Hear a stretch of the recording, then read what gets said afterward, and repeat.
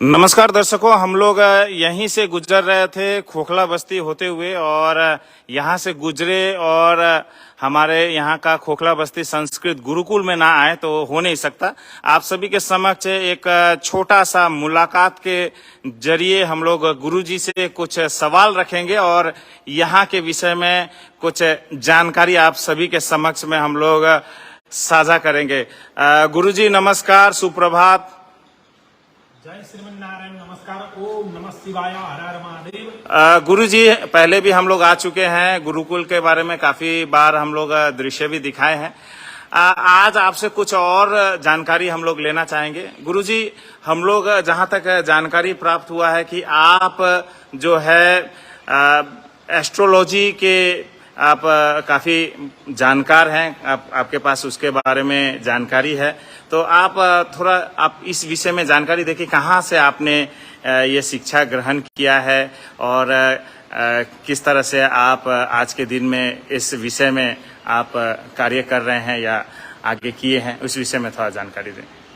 धन्यवाद। जयगांव मिरर के सभी दर्शकों को विशेष नमस्कार करते हुए, फिलहाल तो मैं आचार्य हूँ गुरुकुल का। अभी फिलहाल 2 गुरुकुल यहाँ पर चल रहे हैं। एक तोरीबारी में नया गुरुकुल खोला गया है, वहां पर 30 विद्यार्थी हैं, यहाँ पर 40 विद्यार्थी हैं। आप सभी को मालूम है, तो भाई जी ने जिस प्रकार से प्रश्न किया उस विषय में, शास्त्राणाम अयनम चक्षु, यानी कि ज्योतिषाम अयनम चक्षु, शास्त्र का चक्षु यानी कि आंख है ज्योतिष। ज्योतिष को न जानने वाला अंधा है।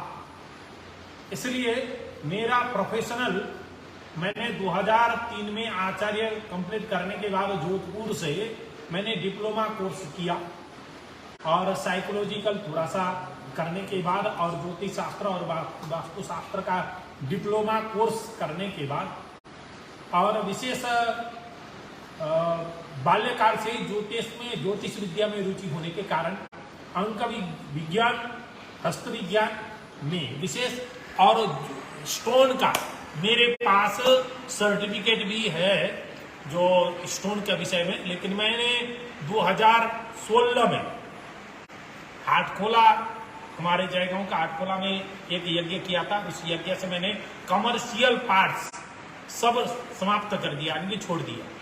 यानी कि करीबन 15 वर्ष तक मैंने ज्योतिष का काम किया कमर्शियल तरीके से। उसके बाद मैं अध्यात्म में आ गया, गुरुकुल में आ गया। अभी भी मैं ज्योतिष करता हूँ, ज्योतिष देखता हूँ, ज्योतिष के विषय में, वास्तु के विषय में, अंक विज्ञान के विषय में व तंत्र विद्या में। तंत्र विद्या 2 प्रकार की होती है, एक खतरनाक प्रकार का, एक सात्विक प्रकार का, यानी कि वैदिक प्रकार का। तो वैदिक प्रकार का मैं तांत्रिक विद्या भी विशेष जानकारी रखता हूँ इस विषय में। और इसी के जरिए से जितने भक्तजनों का काम हुआ है वही आकर के गुरुकुल में कुछ सहयोग देते हैं। और शुद्ध धन होना चाहिए गुरुकुल में देने के लिए भी, अशुद्ध धन यहाँ पर पहुंच नहीं पाता। खराब व्यक्ति और पापी अन्न, पाप का कमाई का जो संग्रह है वो गुरुकुल में नहीं पहुंच पाता। और ज्यादातर गुरुकुल के लिए खोजने जाना भी आवश्यकता नहीं है, सभी भक्तजन दे रहे, चल रहा। तो ज्योतिष शास्त्र जो है, एक खगोल और भूगोल 2 प्रकार का होता है। भूगोल मतलब पृथ्वी का गोल, खगोल मतलब आकाश का गोल।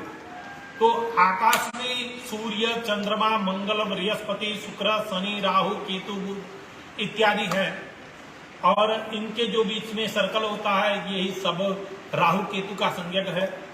विशेष आजकल के जो ज्योतिष हम लोग जयगांव के तरफ में या डुवर्स के तरफ में देखते हैं, शनि से डरते हैं लोग और ज्योतिष बोलते ही लोग डरने लगते हैं।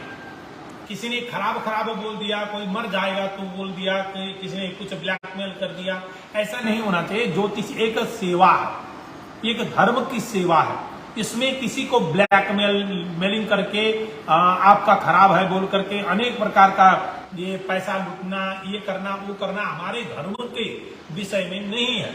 इसलिए सही जगह पर मैंने विचार किया है, जयगांव में एक अच्छी तरीके से ज्योतिष का एक अनुसंधान केंद्र खोलूं या ज्योतिष सबको सिखाऊं। अभी गुरुकुल में हम सिखा भी रहे हैं और बहुत सारे हमारे शिष्य भी हैं जो गुरुकुल से पढ़े हुए हैं और हमसे सीखे हुए हैं। और एस्ट्रोलॉजी यानी कि स्टोन का विषय भी मैं जानता हूं, विशेष रूप से ही जानता हूं। वास्तु का भी विशेष ज्ञान होना, आचार्य होने के नाते सत्शास्त्र में वेद का भी ज्ञान होना, व्याकरण का ज्ञान होना, मीमांसा का ज्ञान होना, छंद का ज्ञान होना, ज्योतिष का ज्ञान होना, वास्तुशास्त्र का ज्ञान होना, ये विशेष हमें अध्ययन करके रखना होता है। सभी व्यक्ति यहाँ पर आचार्य बोल करके यहाँ पर शांत रूप से गुरुदेव के पास में अथवा आचार्य के पास में आते हैं। आचार्य का मतलब होता है 1000 पंडितों के बराबर एक आचार्य होता है। तो इसलिए आचार्य ने शंकराचार्य, रामानुजाचार्य, निम्मार्गाचार्य, ये सब आचार्य हुआ करते थे। इसलिए शिक्षक होना बहुत गंभीर बात है और भगवान की कृपा से शिक्षक होने का प्रयास हम कर रहे हैं। तो ये गुरुकुल का जो विषय है और ज्योतिष शास्त्र, कोई भी अभी भी आते हैं दिन रात हमें कुछ न कुछ दिखाने के लिए, जन्म कुंडली वगैरह और हस्तरेखा वगैरह, विशेष जन्म कुंडली ही न हो तो दूसरे तरीके से भी मैं देख सकता हूं। जिसका जन्म कुंडली नहीं है उसका स्टाम्प यानी कि साइंड यानी कि मसी में हाथ लगा करके उसका चक्र देख करके भी मैं बता सकता हूं। और ये सब है स्थिति। इसलिए आप सभी से अनुरोध है, ज्योतिष से ब्लैकमेल न हो, सही जगह पर जाकर के ये करें और विशेष डरावना स्थिति न हो। ये कोई मर जाएगा, कोई क्या हो जाएगा, कोई क्या हो जाएगा बोल करके ऐसी कोई स्थिति नहीं है। ज्योतिष एक साधना है, ज्योतिष एक साधना है, ज्योतिष एक विद्या है, ये एक ठगबाजी नहीं है। इसलिए आप सभी से अनुरोध है, ज्योतिष को अच्छी तरीके से जाने और कभी कभार सेवा देने का मन हो तो आइए, गुरुकुल में हम लोग सेवा देने के लिए तत्पर हैं।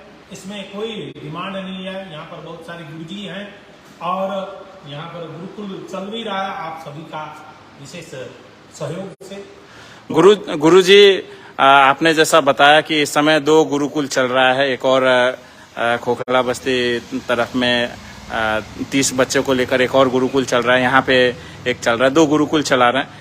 किस तरह से आप गुरुकुल चला रहे हैं, किस तरह से ये सब मैनेज कर रहे हैं? धन्यवाद। आज प्रथम बार आपने ये ऐसा प्रश्न पूछा, क्योंकि हम लोग गुरुकुल में रहते हैं, दिन प्रतिदिन का खर्च होता है। 2 गुरुकुल में करके करीबन 1,60,000 से 70,000 करीबन खर्च होता है महीने का। हाँ, ये कोई संघ संगठन से नहीं आता, व्यक्तिगत यजमानों के द्वारा दिया गया संपत्ति से चलता है। और मैं थोड़ा बहुत अनुष्ठान करता हूँ और भागवत की कथा करता हूँ, अनुष्ठान करता हूँ, ज्योतिष का काम करता हूँ, वास्तु का काम करता हूँ। इसी से जो भी बनता है वही आकर के, और जितने भी योग्य पात्र हैं अर्थात दाता है, ऐसे दाता जयगांव के तरफ से बहुत सारे मारवाड़ी, नेपाली और भूटान से और हमारे सिलीगुड़ी के क्षेत्र से, डुवर्स के क्षेत्र से हमारे यजमान बिहारी भाई जी और बंगाली, ये सब जितने भी बौद्धिस्ट भी हमारे यहाँ आते हैं, सबके द्वारा दिया गया अन्न से यहाँ पर चल रहा है। और थोड़ा सा दुख की बात है कि जयगांव के तरफ में किसी अभद्र व्यक्ति ने, किसी ने बोल दिया कि मतलब गुरुकुल में मत जाओ बोल करके। शायद ऐसा तो नहीं होगा, ब्राह्मण वंश में ब्राह्मण तो नहीं होंगे वो, या कोई हिंदू तो नहीं होंगे, हिंदू से पराये होंगे, या कोई भी भूल चूक से कभी कभार ये बोला जाए तो खराब व्यक्ति कोई हो सकते हैं कि गुरुकुलों में आइए देखिए दिन में कितना भोजन लगता है। 70 जनों का, सुबह ऊपर में 30 जन है, यहाँ पर 40 जन है विद्यार्थी हैं, तो इनका भोजन में कितना खर्चा होता है सुबह और शाम का। और ये सबके दया से, सबके कृपा से, सबके सहयोग से ये चल रहा है। तो यहाँ पर कुछ भी टेंशन नहीं है। आइए, वैदिक सनातन हिंदू धर्म का एक ही गुरुकुल है डुवर्स भर में 90% हिंदू सनातनी हैं। इसमें एक ही गुरुकुल है जो वैदिक सनातन हिंदू धर्म का संरक्षण करने वाला। हमें तो एक गर्व होना चाहिए, जयगांव वासियों के लिए गर्व होना चाहिए। लेकिन कोई ऐसे व्यक्ति भी है कि ये हो रहा है वो हो रहा है, आइए देखिए, स्वयं देख सकते हैं। अपना आंख है, अपना दिमाग है, जिनके पास दिमाग है, जिनके पास आंख है, जिनके पास बुद्धि है, जिनके पास पैर है, आकर के देख सकते हैं, आकर के देखिए। और यही भिक्षाटन वृत्ति से मैं भिक्षा करने के लिए जाता हूँ। भिक्षाटन कोई चावल देता है, कोई नमक भी देता है, कोई तेल भी देता है, कोई सब्जी भी देता है। तो इसी तरीके से भिक्षाटन वृत्ति से, और इसमें कोई राजनीति बोल करके राजनीतिक तरीके से हम नहीं लेते। चाहे कोई भी राजनीति हो, तृणमूल हो या CPIM हो, BJP हो, कोई भी राजनीति हो, व्यक्तिगत तौर से सभी भक्तजन आ रहे हैं यहाँ पर। कोई भी राजनीति का भेद नहीं है, सभी मानते हैं अपने धर्म को। इसलिए सभी भक्तजन, सभी व्यक्तित्व, सभी राजनीति गण के व्यक्तित्व भी आकर के यहाँ हमें सहयोग कर रहे हैं। विशेष रूप से सभी भक्तजन आकर के हमें सहयोग कर रहे हैं, इसलिए ये गुरुकुल चल रहा है। तो आप सभी का विशेष धन्यवाद। आप सभी आ रहे हो, और गुरुकुल भी इसी तरीके से भिक्षाटन से सामाजिक पोषित गुरुकुल है, अर्थात मंदिर में है, ब्राह्मण देवता सब है, पढ़ रहे हैं। और दूसरी बात है, सभी जाति को संस्कृत पढ़ाने का जो सिस्टम है इस बार से प्रारंभ हुआ। इस विषय में थोड़ा सा मैं बताना चाहता हूँ। किसी ने जयगांव में एक फैला दिया कि दूसरे जाति को संस्कृत पढ़ना नहीं होता, केवल ब्राह्मण को पढ़ना पड़ता है, वहां पर मत जाओ बोल करके किसी ने ऐसा फैला दिया है, बोल करके खबर आया। लेकिन सुनी सुनाई बात में मैं विश्वास नहीं करता। सभी जाति के लिए संस्कृत पढ़ना जरूरी है। आज धर्म को संरक्षण करना है, हमारे हिंदू धर्म को संरक्षण करना है, तो संस्कृत का जानकारी होना चाहिए। और परिवार में सभी जाति के बंधु बांधव, सभी जाति के भक्तजन, सभी जाति के बच्चे आकर के संस्कृत पढ़ रहे हैं। ये मुझे गर्व लगता है कि मेरा सनातन आज दृढ़ रूप से आगे बढ़ रहा है। गुरुजी, आप बता रहे हैं कि किस तरह से आप गुरुकुल चला रहे हैं। इस दौरान काफी सारे समस्याएं भी आ रही होंगी। किस तरह की समस्याओं को आपको झेलना पड़ रहा है? क्या मुख्य समस्याएं सामने उभर के आ रही हैं?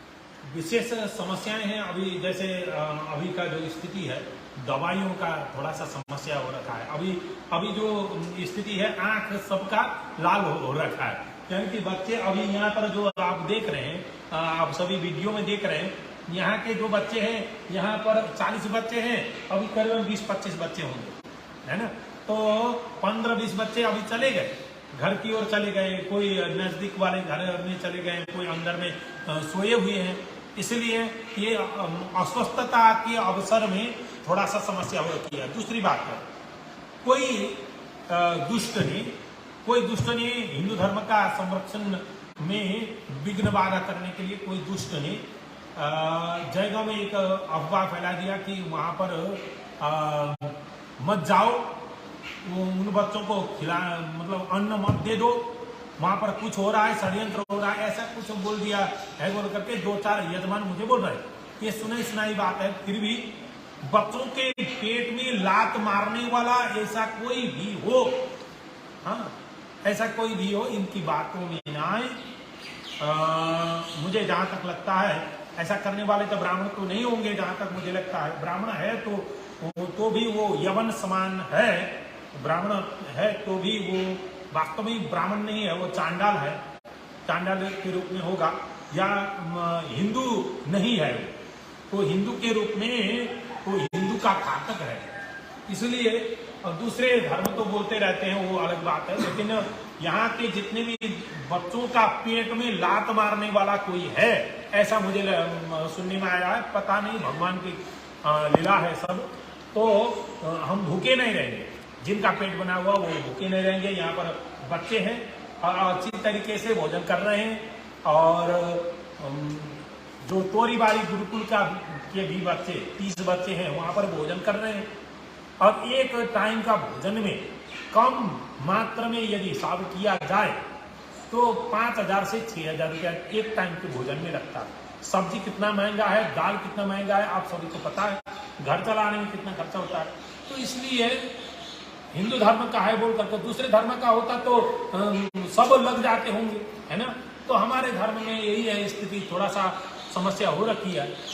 तो फिर भी भगवान की कृपा से, भोले बाबा की कृपा से जितने भी योग्य भक्तजन है ये सब आ रहे हैं, चल रहा है बहुत बढ़िया तरीके से यहाँ पर चल रहा है। और दुविधा तो आती है, जैसे बच्चों को कभी कभार खाता नहीं मिलता, पेन नहीं मिलता, गुरुजी खाता नहीं बोलते हैं, गुरुजी पेन नहीं बोलते हैं, तो मैं अकेला हूँ और समिति भी सहयोग कर रहे हैं, लेकिन इतना खर्च कहाँ उठा पाएंगे, फिर भी मुश्किल है। इसलिए थोड़ा सा दिक्कत होते हुए हम लोग चल रहे हैं, बहुत बढ़िया तरीके से चल रहे हैं, कोई समस्या नहीं है।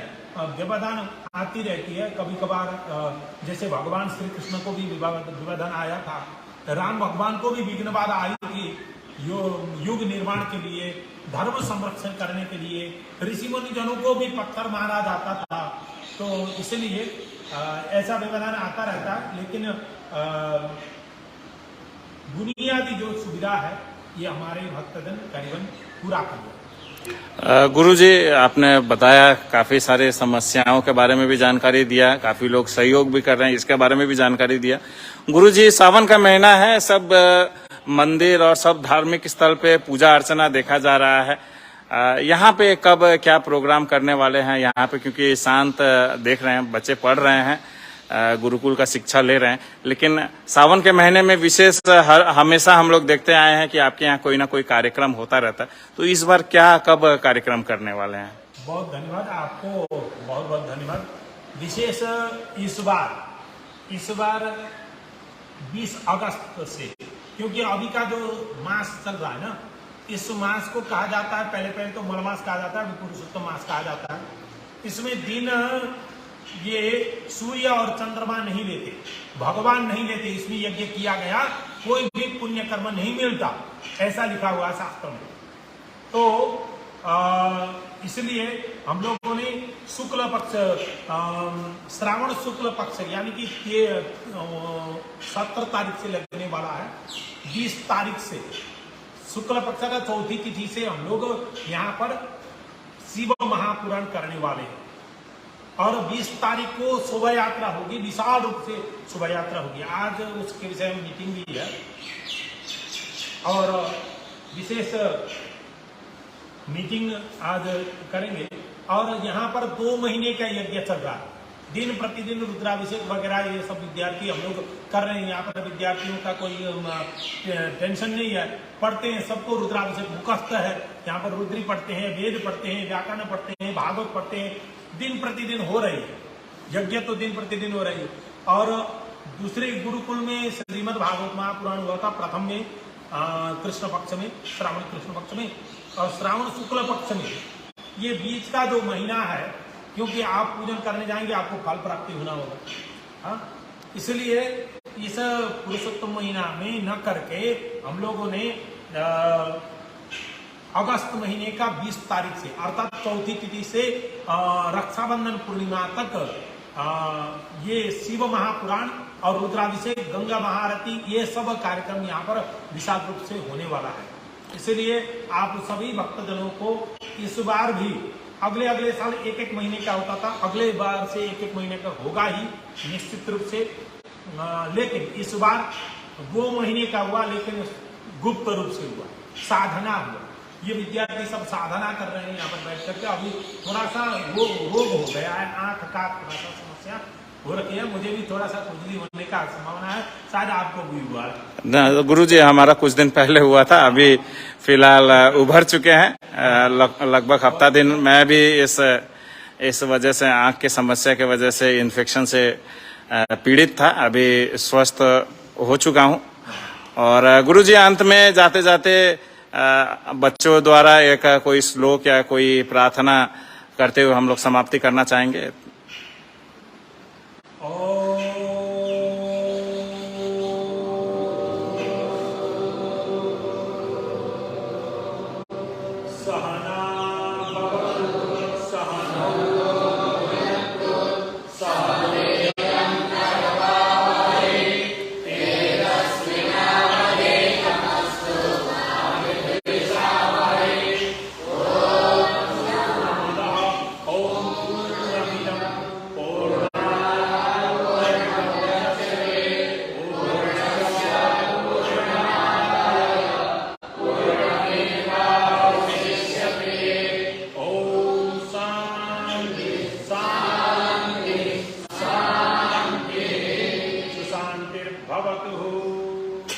धन्यवाद गुरुजी, आपके बहुमूल्य समय देने के लिए। और दर्शकों, इसी तरह से आप सभी के समक्ष हम लोग विभिन्न क्षेत्रों से हाजिर होते रहेंगे। आज आप सभी के परिचय हम लोग गुरुकुल के हमारे गुरुजी के द्वारा काफ़ी सारे जानकारी हम लोग साझा किए हैं। आशा करते हैं कि आप लोग भी जो इच्छा रखते हैं यहाँ पे ज़रूर यहाँ पे पहुँचे, अपने तरफ से जो योगदान है ज़रूर दें और गुरुकुल के तरफ अपना श्रद्धा, अपना योगदान जरूर दें। इस समय आप सभी के समक्ष से अलविदा लेना चाहेंगे, फिर किसी और क्षेत्र से फिर जुड़ेंगे।